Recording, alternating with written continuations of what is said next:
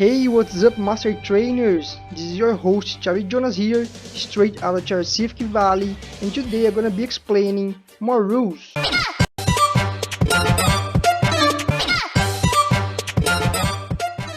Alright, so as you know, let's pick up from where we left off in the previous video, where we start to talk about the special cases.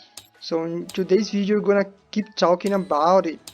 Alright, let's also go ahead and follow up on the website, since today as well we're gonna be pretty much using just it in order to explain the rules. Alright, so we stopped right before we talk about Rotom. So as you know, without further ado, let's get started. Rotom. When having a Rotom, which is an orange and blue chip, players can choose before, also before starting a battle between its different forms, which could be electric/ghost, electric/flying, electric/fire, electric/water, electric/ice, and electric/grass.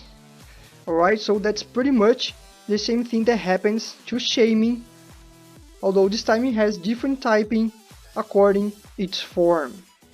No big deal here, all you gotta do is to remember to choose the form you want to battle with before the battle starts. So now let's go and talk about the Regigigas, which will only be available on its yellow chip color on the express game mode, alright? When fighting against or with a Regigigas, you always use the most effective ultimate attack moves against its opponent. Alright, so here we will need to understand quite better what is the ultimate attack. But in resume, it is what it says, is an ultimate attack, which Pokemon will reach if they gather a number of experience points when they reach their final form, alright? So they keep gathering experience points in order to evolve, and once they reach its final form, or if they don't evolve at all, if they gather once more the experience points needed, they're going to reach the ultimate attack. So Regigigas will always choose the ultimate attack, which is more effective against its opponent. Alright, so let's say my Regigigas is fighting against a Blastoise, then you probably go and pick the Solar Beam as its attack, alright, which corresponds to the grass type attack. So if in this case we were talking about the yellow chip Regigigas, you would use this ultimate, having its total attack equal its attack power plus 5 from this ultimate, alright? Although if you find it on its orange color, then we would simply use an attack from the kind which is most effective against it, alright? So let's say my orange Regigigas is fighting against a Blastoise, then it would use a grass type attack. It just sounds a little bit confusing because it could be present in two different colors, although this yellow one, reminding you, is exclusive to the express game mode. Then you would have to consider its attack power plus the bonus attack from the ultimate. Otherwise, you would just label the attack according the one which is most effective against it, or the ones. It's up to you to choose it, alright? Then we have Arceus. Same thing here, you would appear as yellow chip only on the express game modes. When fighting against or with an Arceus, eventual advantage against it are disregarded. Only eventual disadvantage will count. Okay, so here is relatively more simple to understand. So if I'm fighting with a Pokemon, let's say I have Arceus, and let's say here normal. So fighting is very good against normal. So there's another Pokemon if I'm fighting against, it is a fighting type. Then this time, because this fighting type Pokemon is fighting against Arceus, which is its god, you won't be granted the advantage it's supposed to have against it, alright? So this advantage of a D6 will be disregarded.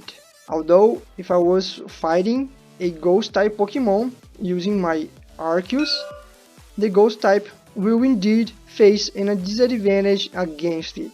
Okay, so that's how it works. Now let's go ahead and talk about Victini.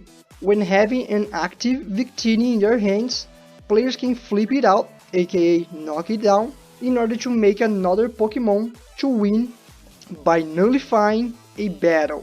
Works against any kind of opponent, players, wild, or even rivals Pokemon, alright? And must be done before the battle starts. Alright, so let's say I just call a Victini, which is an orange and blue chip, and then it's active in my hands, and then for some reason I have to fight a Pokemon from another player, a wild one, or even a Pokemon from a rival card. If I want, I could flip down my Victini in order to nullify the battle in my favor, right? So I would make the Pokemon which I'm choosing to fight to win the battle without having to battle it, just because I knocked out Victini. Of course, I cannot do this twice in a row during the same battle, since Victini will be knocked out and I could only revive it afterwards, after the battle is over, okay? So that's pretty much how it works, and it will count just like a normal victory. So the victorious Pokemon will have all the benefits from it, aka it earns all the experience points it was supposed to earn if it was victorious by normal means, okay? Alright, and before you go ahead and talk about Darmanitan, I gotta ask you something first. Would you like to become an etymology master just like me and get to know that expert's name comes from the words ESP, which stands for extrasensorial perception, and purr, which is the noise the cat does? If the answer is yes, so you should check it out, my Etymology Master online course. There I'm gonna be teaching you everything you need to know behind each Pokemon name's origin in a very fun, quick and visual way. You're also gonna get an exclusive Etymology Master certificate after concluding each one of the courses, and also you're going to receive a bonus PDF file in order for you to study it anywhere, anytime, offline. So if you got interested about it, don't forget to check it out, the video gonna be leaving up there in the cards. Alright, with that being said, let's go ahead and keep going. Now let's go ahead and talk about Darmanitan. When fighting against or with a Darmanitan, it will change into Darmanitan Zen chip if it gets 25 life points or less. The Darmanitan Zen chip then should start the battle with the current life points plus the life recover amount, which in this case, since it is a red chip, is plus 20. Darmanitan Zen's chip cannot be caught, so it should remain aside from the red chip's bag. Okay, so although it seems quite confusing, it's actually very simple, okay? So here at the non-catchable chips, we can find both Darmanitan Zens and also Wishiwashi School. Okay, so those chips cannot be caught, so they shouldn't be in the main bag, okay, along with all the other chips. They must remain aside of it and only be picked when needed. So if I'm using my Darmanitan, which will start with 50 life points, by the time it reaches 25 or less, here we say 25 or less, it will change into Darmanitan Zen. Alright, so I'm going to be swapping chips, or just simply put the Zen one on top of the normal one, and then adding a plus of 20 life points. So let's say I'm fighting with my Darmanitan, and then after a blow, its life drops to 15. By that point and beyond, it will become a Darmanitan Zen chip and restore its life to 35. Alright, since it's going to earn 20 points. And then the battle continues normally, okay? Until it is over and Darmanitan wins, or if Darmanitan is knocked out, okay? So let's say Darmanitan wins and then the player puts another Pokemon, so it should recover its life once more, but still remain on the Darmanitan Zen's mode, okay? After it reaches this mode, it won't turn back into the normal Darmanitan. Only after the battle is over and is knocked out and then revived afterwards. Alright? So this mode right here only works during the battle. Okay, so now let's go ahead and talk about Meloetta. When having a Meloetta, players can choose again before starting a battle between its normal and psychic or normal and fighting forms. Alright, Meloetta, it's an orange and red chip, okay? So it's pretty much the same thing of shaming in Rotom. No big deal at all. Before starting the battle, you can choose which form it's going to get. Alright, so now let's go ahead and talk about Wishiwashi, which will work almost just like Darmanitans. When fighting against a wild Wishiwashi, okay, that's very important to remember, it's only going to work if you're fighting against a wild one. It will change into Wishiwashi School red chip only after 2 hits, okay, 2 attacks. So in other words, if you're fighting against a wild Wishiwashi, which is very weak pink chip Pokemon, if you don't finish the battle, if you don't knock it out after 2 blows, it's going to turn itself into a monster called Wishiwashi School, which will be a very powerful red chip. This way becoming a whole different and of course tougher opponent. Although even if he was beating as a Wishiwashi School chip, the normal Wishiwashi, the pink one, is the one able to be caught. Okay, of course, as I just said on the Darmanitan's example, Wishiwashi School is one of the chips that are not catchable. Okay, so you will only be present during the battle and afterwards you must come back here to the pile, which will be aside of the main one. Wishiwashi School red chip cannot be caught and should remain aside from the red chip's bag. Okay, just what I said.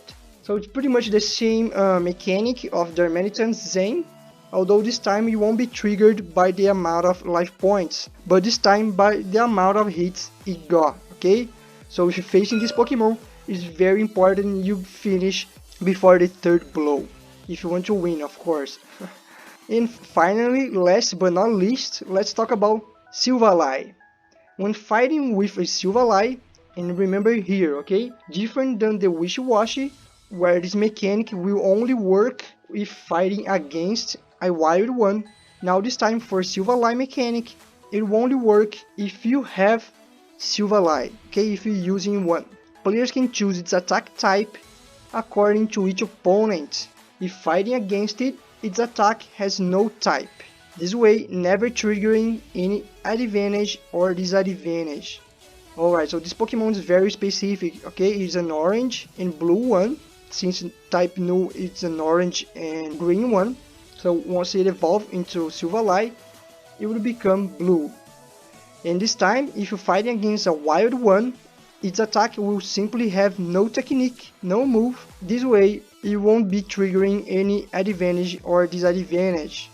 Although if you're fighting with one, you would be able to choose the attack type you want according to the Pokemon you're facing. Okay, so an example here would be, let's say I have a Silvally and then I'm fighting against an electric Pokemon, so it would be wise for me to choose a water type attack.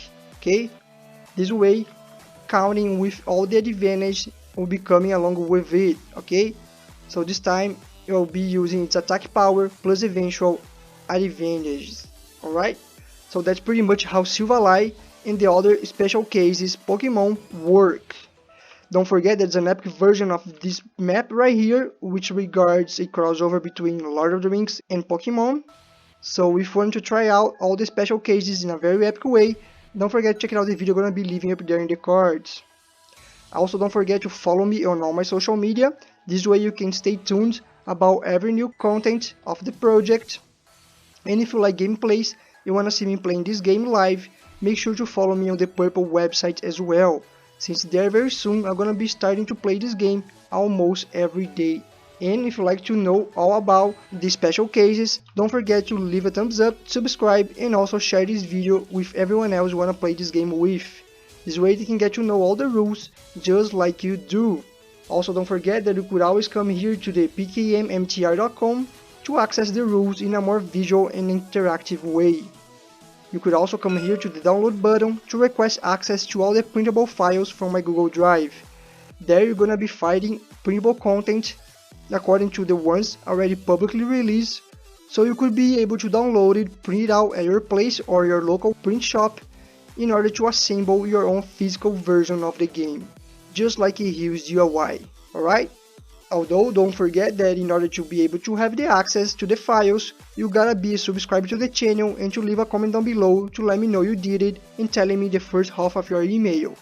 That's very important. Without these 2 steps, you wouldn't be able for me to give you access, okay? So if you have any doubts, just check it out the pinned comment down below. Also, don't forget to share this video with everyone else you know. This way, you're gonna help me out to reach my next goal of 1,000 subscribers. And here this channel, every time I reach a goal, you guys earn a prize, which this time is going to be new content for the channel and also another minimap for you to play.